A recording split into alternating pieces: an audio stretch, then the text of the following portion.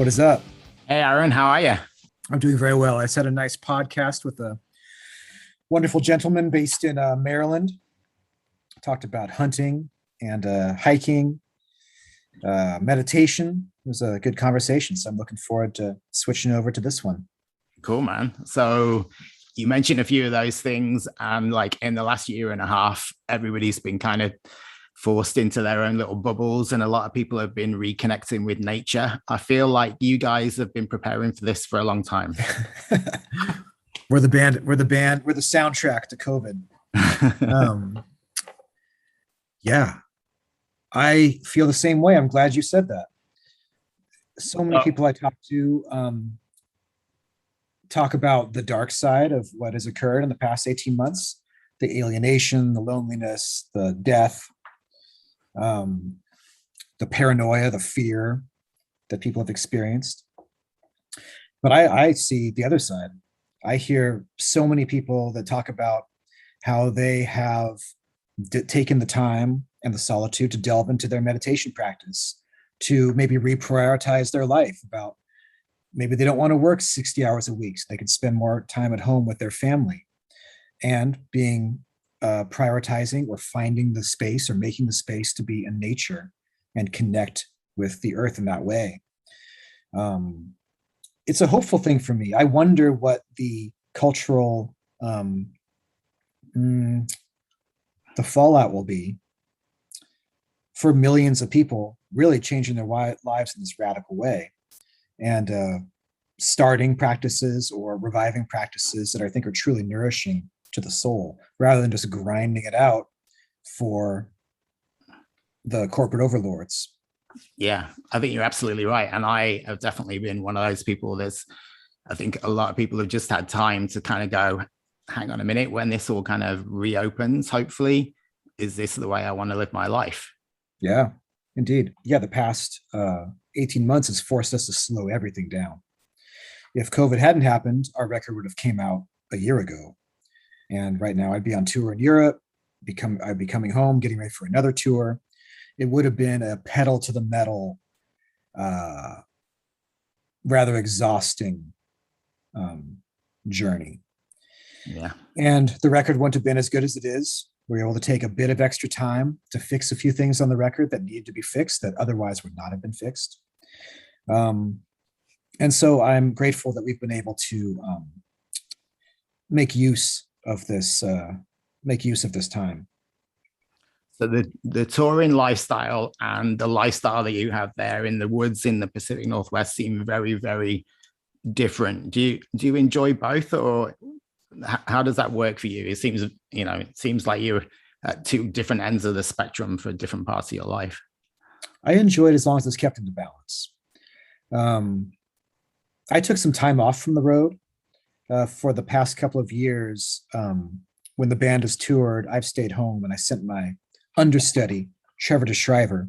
Yeah. And that was necessary for me because things had gotten out of balance. We had worked so hard and toured so hard up through Celestial Lineage that when Thrice Woven came out, I knew that I needed to stay home for a couple of years for a number of reasons. One is that my son was young at the time. He still is, but he was a little guy. And I wanted to be home for him when he was just in those first few years of life, be really present with him.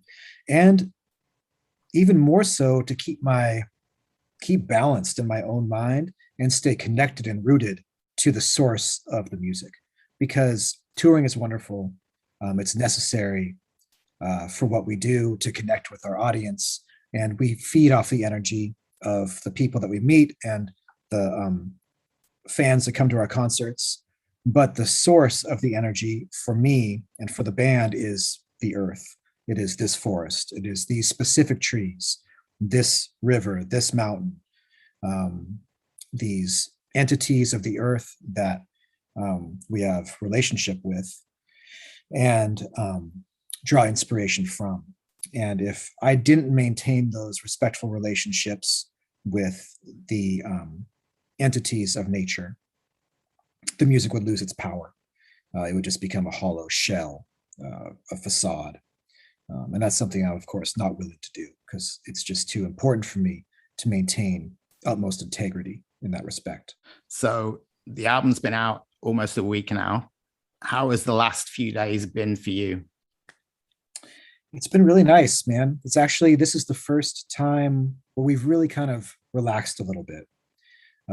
So much work to record a record, to mix a record, to make sure it, whatever, the LPs get pressed and everything goes smoothly in the production and distribution side of things. And just the past few days, we've been able to sit back a little bit, kind of work shorter days in the studio, read a lot of the reviews that have come in. The record has received almost unanimous positive reviews from fans, from reviewers, from journalists, which is, of course, extremely gratifying. I mean, we would make the records whether or not anyone listened to it or whether or not anyone liked it. But of course, as an artist, it's a good feeling when a record is received with open arms and such appreciation from people. Yeah, and this feels like a different record for you. Would you agree? Definitely. Yeah, this record is that's funny. The only review that has been negative are from our hipster friends, Pitchfork. I read that review yesterday. Really, the only negative review of our record, and it was a bit annoying because I feel as though the reviewer didn't actually listen to it. He said this just sounds like another one of their records. Essentially, they didn't try anything new on this record, and to my ears, this record sounds really different. Yeah, this record sounds like not a different band, of course, but Wolves in the Throne Room consciously choosing to take a number of risks and step into a very new musical and creative space on a number of levels. The way we record the record, the fact that Cody is writing material with us rather than just me and Nathan. And so that's one thing that kind of bothers me is when I feel as though people don't pay attention to what seems to be very obvious to myself and to you, that this is a new record, has a very fresh energy. Like it or hate it, it's something new. Yeah, for sure. So you mentioned Cody there. I know Cody's been touring with the band for quite a while. What changed where you decided he was going to be introduced into the fold? It was not really a choice. Cody's been, as you mentioned, playing guitar with Wolves in the Throne Room since 2010 on stage, but it was always this clear distinction between me and Nathan are the band, and Cody's, a session guy. So he gets to live his life, have fun, go hiking, do whatever he does, and then when it's time to go on tour, he's there with us. But at the end of recording Thrice Woven, we all just realized, oh wait, Cody is in the band. He's like fully in the inner sanctum. It just happened. It feels like fate because over the years there has been a third member in Wolves in the Throne Room, and it's always been a bit of a conflict between Nathan and myself and the third person because Nathan and I have such a distinct idea of what we want to do, the spiritual orientation of the music, our influences, the bands that we loved growing up. And there's always been a bit of friction between me and Nathan and then the other person. And that friction can be good. I mean, creative tension can make really good records sometimes. But with Cody, that is not present. We really are vibrating on the same frequency, so to speak. We have the same background in terms of kind of being hiking metal punks, as Dark Throne might put it. Crusty metalheads, West Coast crusty metalheads from the 90s. And so we have that same background. And now as adults, we have the same desires about what we want life to be like, what we value, what we believe in, how we want the music to feel. These are the things that we hold in common, and it makes for a very strong bond. Yeah. So you mentioned spirituality there, and the way that you deal with nature has always been on a very spiritual level.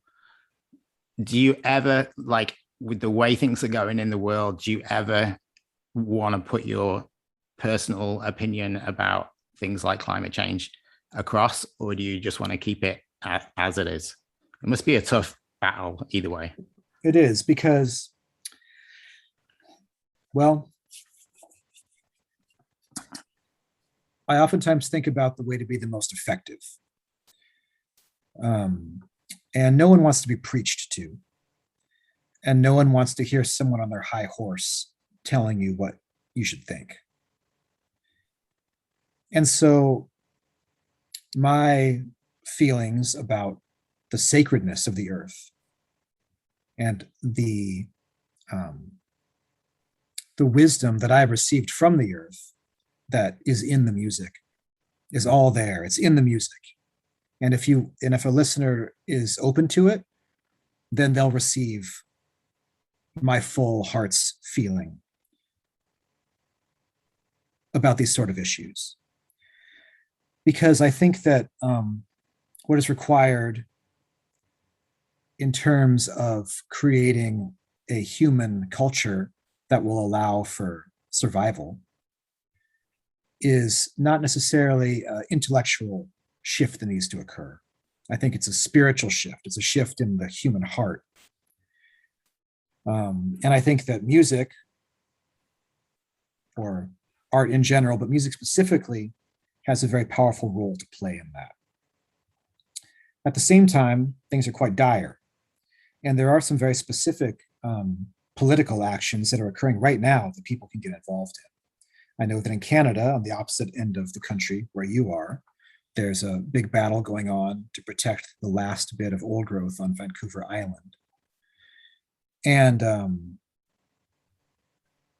what a time to get involved. What an opportunity, especially for younger people, especially for younger men, to step up as warriors, to put their bodies on the line in defense of the earth.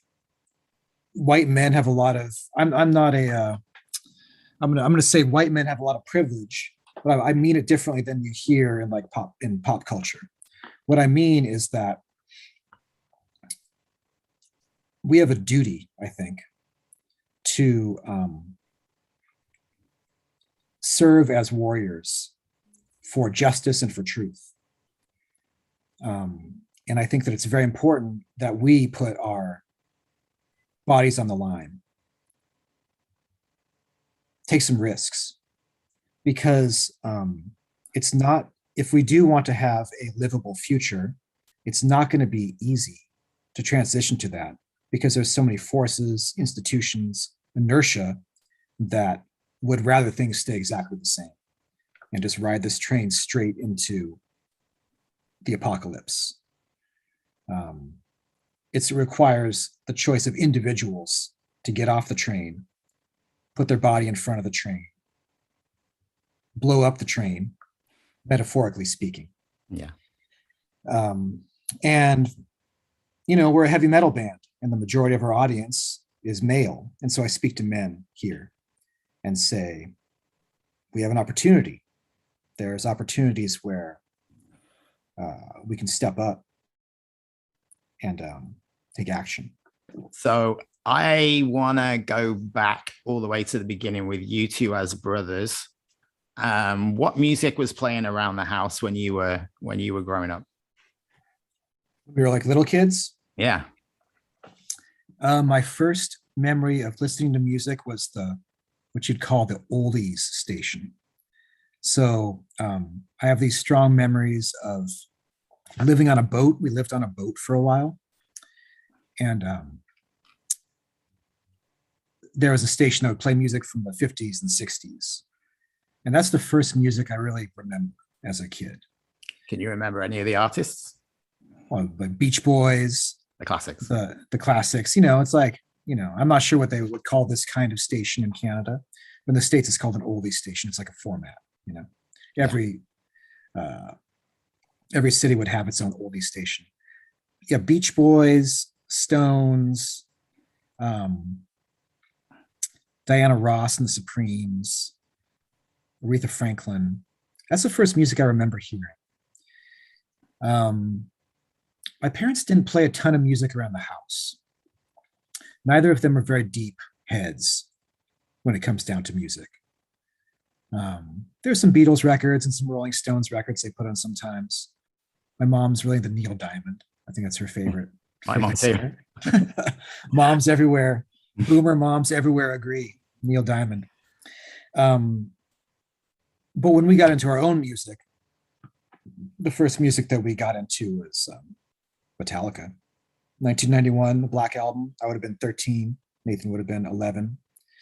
And that opened the door to the world of heavy metal because I heard Enter Sandman or whatever on the clock radio, waking up to go to middle school, and then very quickly discovered the back catalog. And then here we are now. Mm. So Metallica was the turning point that introduced you to music that you could call your own. Yeah, Metallica and Nirvana, because Nevermind came out at the same time. Yeah. And I'd heard Bleach. I had some like hipper friends who were like tuned into Nirvana and the overall Olympia underground scene that was occurring at that time. Right. I was only 12 or 13, so wasn't quite hip enough to be tuned in yet. But yeah, when Nevermind blew up, that was something. Maybe those were the two big influences: the punk, raw emotionality of Nirvana, and then the very calculated heavy metal swagger of Metallica as a starting point, and then going from there. Very shortly thereafter, discovering Florida death metal scene through the Death Is Just the Beginning compilations, which everyone in those days had a copy of those compilations, and that opened the door to death metal and then black metal shortly thereafter. And of course, at the same time, while we're listening to music that's coming from the outside world, we're also tuning into the DIY punk underground in Olympia and like the underground scene. And can you remember the moment where you kind of went, let's give this a go, let's get some instruments and start making some noise? Yeah, I think so. I'm trying to remember. This would have been in high school, so 15 years old. It's painful to even think about how we all shitty. have those moments. So bad. And then you think about a band like Ulver, whose first record was recorded when they were teenagers, and that record's a classic. Our record, from being 15, 16 years old, just nightmarish, just garbage. I think there might have been a strong White Zombie influence, just deeply unhip, deeply bad. But it's gotten better over the years. Yeah, I'd say so. Thanks. Obviously, people know you from the metal world, and there's an extremity to what you do, but there's also a very emotional and very kind of chill element to what you do. Some of the new album, especially towards the end of the album, it feels like you're listening to a soundtrack to a movie in some way. So I assume that your music taste is quite broad. What's the kind of music that you listen to a lot that people might be surprised that you listen to? Surprised? Well, so much. Yeah, I do have very eclectic tastes, especially when it comes to production. Because I have to listen to a lot of different kinds of music to figure out how to solve certain problems. Like one of my reference tracks that I play in every studio I go into to attune my ears is it's an Outcast track, like the Atlanta rap group, ATLians, the title track, because that track has so much space in it. It's so dense with the lyrics and then the beat and then the sub bass, but just the skill of mixing, there's just this infinite space inside of it.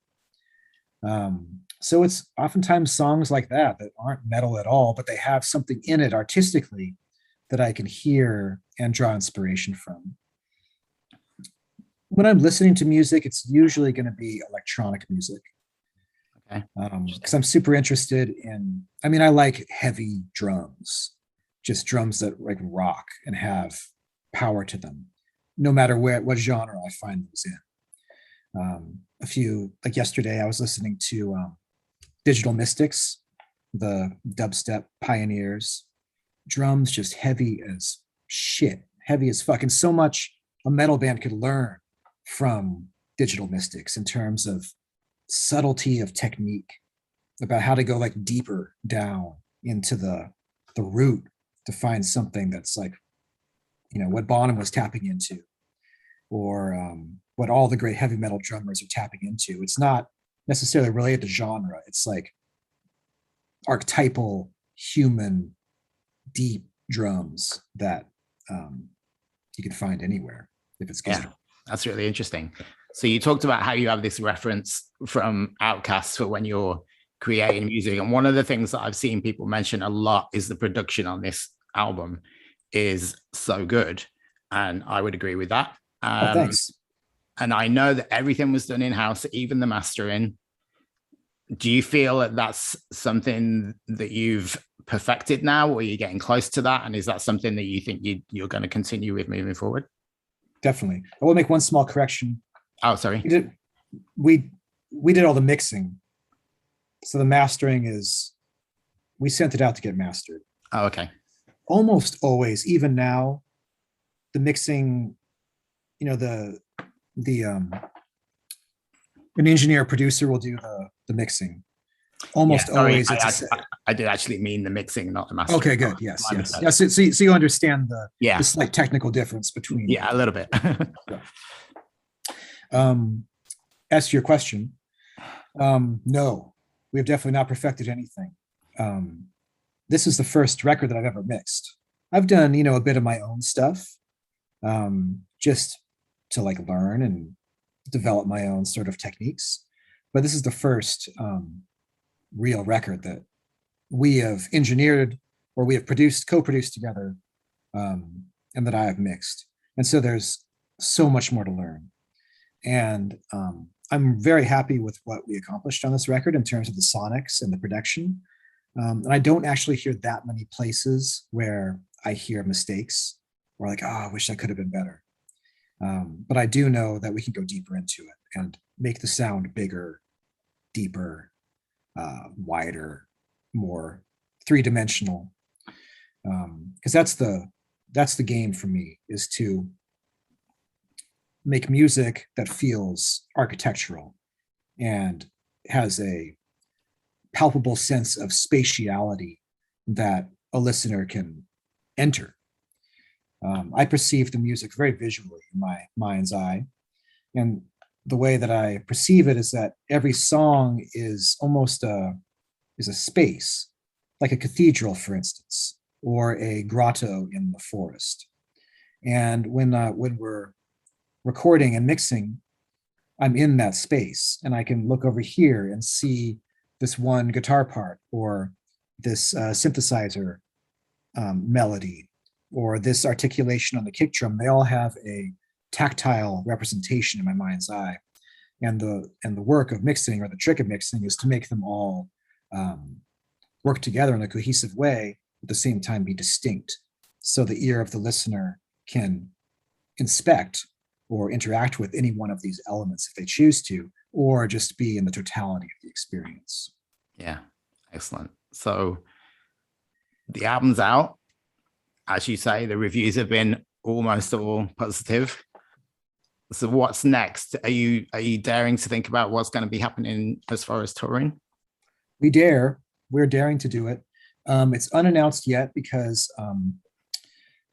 for obvious reasons, but we have every intention of touring in North America as soon as possible. It's been a long time to be away from the road, and we're feeling really passionate about it. And we're all hoping for the best. And are you personally feeling passionate about it after taking the time out? Yeah, indeed. I've been back on tour a few times since my brief hiatus. Right before COVID began, we did a tour through Europe with Amorphous and Demu Bragier, and before that we were in Australia. So I've got a few tours under my belt in this new era, and it's great to be back playing drums.